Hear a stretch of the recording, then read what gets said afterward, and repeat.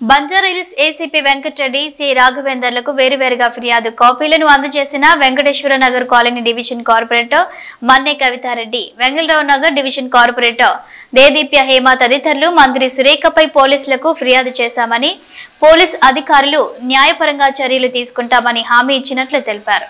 కొండా సురేఖ తక్షణమే మాజీ మంత్రి కేటీఆర్ తో పాటు నటీమణులందరికీ క్షమాపణ చెప్పాలని డిమాండ్ చేశారు.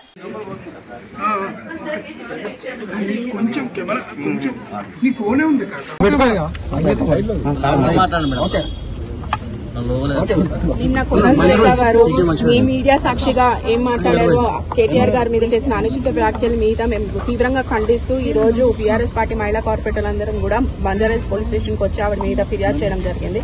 ఎందుకంటే బహిరంగంగా ఒక మంత్రివర్గంలో ఒక మంత్రి పోస్ట్ లో ఉండి ఆవిడ ఒక మహిళ అయి ఉండి సాటి మహిళల మీద ఇలాంటి వ్యాఖ్యలు చేయడాన్ని మేము తీవ్రంగా ఖండిస్తున్నాము. ఇది ఎందుకంటే యావత్ రాష్ట్రం మహిళల్ని అవమానించినట్టు మేము భావిస్తున్నాము. ఎందుకంటే ఒక మహిళ అయ్యుండి ఒక మంత్రి పదవిలో ఉంటూ ఒక పొజిషన్ లో ఉంటూ కూడా ఆవిడ ఇలా మాట్లాడడం అనేది కరెక్ట్ అయిన విషయం కాదు.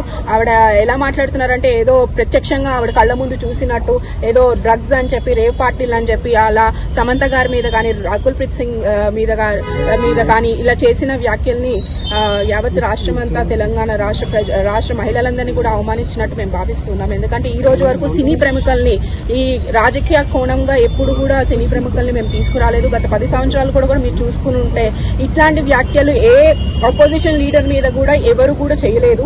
మేము ఏం చేసుకున్నా కూడా మా పథకాలు మా అభివృద్ధి కార్యక్రమాలతోనే ముందుకెళ్ళాం. కానీ ఏదైనా ఉంటే పథకాల మీద అభివృద్ధి మీద మనం మాట్లాడుకుంటూ వెళ్ళాలి. కానీ ఒక రాజకీయంగా ఒక పదవిలో ఉండి ఇట్లాంటి వ్యాఖ్యలు చేయడం అనేది చాలా తప్పు అని ఈ సందర్భంగా మీ ద్వారా ఆవిడకి మరోసారి మేము హెచ్చరిస్తున్నాము. ఎందుకంటే ఇటువంటి వ్యాఖ్యలు ఆవిడ ఇమీడియట్ గా వెనక్కి తీసుకొని కేటీఆర్ గారికి బహిరంగ క్షమాపణ చెప్పాలి. మేము ఈ రోజు ఏసీపీ గారికి సిఐ గారికి కూడా ఫిర్యాదు ఇవ్వడం జరిగింది. దాని మీద కూడా వారు యాక్షన్ తీసుకుంటాము, లీగల్ గా ఎటువంటి యాక్షన్ తీసుకోవాలో వాళ్ళు తీసుకుంటామని చెప్పి ఒక ఎక్నాలజ్మెంట్ కూడా ఇచ్చారు. బట్ పోలీస్ వాళ్ళు కూడా మేము రిక్వెస్ట్ చేస్తున్నాము, వెంటనే దీని మీద యాక్షన్ తీసుకుంటే సొసైటీకి అందరూ ఒకటే, లా ముందు ప్రతి ఒక్కళ్ళు ఒక్కటే అని చెప్పి మీరు దానికి సమాధానం చెప్పినట్టు మేము భావిస్తాము. కాబట్టి వాళ్ళని కూడా ఇమీడియట్ గా యాక్షన్ తీసుకోవాల్సిందిగా పోలీస్ శాఖను కూడా మేము కోరుతున్నాం.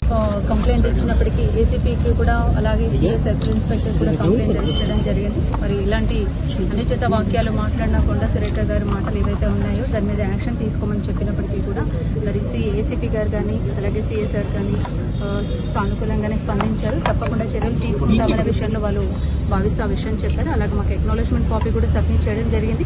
ఒక కపుల్ ఆఫ్ డేస్ అడిగారు. ఇప్పుడు ఇచ్చిన సబ్మిట్ చేసిన కాపీస్ కూడా మా కోర్టు కూడా పంపించడం జరుగుతూ ఉంది. సో తక్షణమే చర్యలు తీసుకుంటామని కూడా చెప్పడం జరిగింది.